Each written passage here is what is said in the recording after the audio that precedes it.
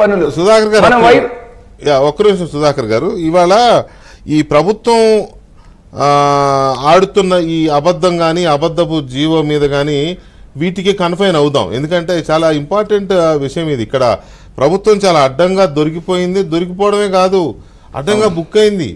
ప్రభుత్వం బుక్ అయింది, ప్రభుత్వంలోని ఉన్నత స్థాయి అధికారులు బుక్ అయినారు.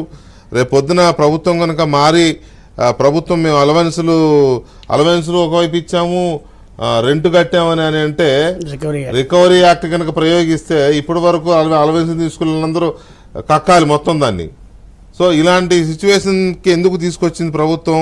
మరి వీళ్ళకి సలహాలు ఇచ్చేవాళ్ళు ఏమో. ప్రసాద్ గారు, ఈ ప్రభుత్వం చేసిన ఈ చర్య చూస్తుంటే మరి ఇంత గుడ్డిగా కాదు, ఇది ఒక రకంగా కన్ఫ్యూజన్లో, ఒక భయంలో తప్పుడు పని చేసేట్టు కనపడతా ఉంది. మీకు అంటే సామెత చెప్తే మీరు ఏమనుకోకండి. చెప్పండి, నేను అనుకునేది లేదు. ఇప్పుడు రాచబీనికి ఒంటరిగా పోదంటారు.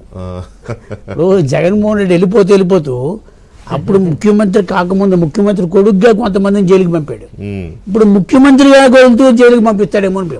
అలాగే ఉంది. ఎందుకంటే ఈ జీవోలు ఇచ్చి ఇప్పుడు మీరు హైకోర్టు రాజధాని గురించి ఒక జడ్జిమెంట్ ఇచ్చినప్పుడు 6 నెలలుగా మీరు అభివృద్ధి చేయండి అంటే అప్పుడు సిఆర్డీఏ కమిషనర్ మీటింగ్ పెట్టి బ్యాంకర్లు పిలిచాడు.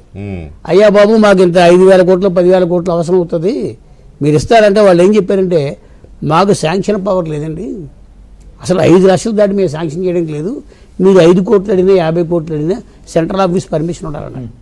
ఆయన బ్యాంక్ ఆల్ రీజనల్ మేనేజర్ని పిలిచాడు.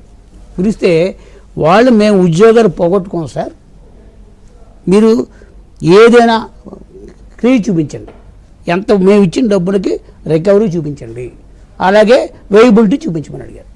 అప్పుడు ఈ భవనాలే ఈ చంద్రబాబు చేసిన చెప్పారన్న గ్రాఫిక్స్ చూపించే కదా డబ్బులు ఇచ్చారు. ఇప్పుడు రియాలిటీకి వచ్చాయి కదా, గ్రాఫిక్ అలాగే రియాలిటీకి వచ్చింది. ఆ బిల్డింగ్ల దగ్గరికి వెళ్ళి నోటీసులు ఎవరికి ఇవ్వాలి? ఈ బిల్డింగ్లు అన్ని కంట్రోల్ బై సిఆర్డీఏ.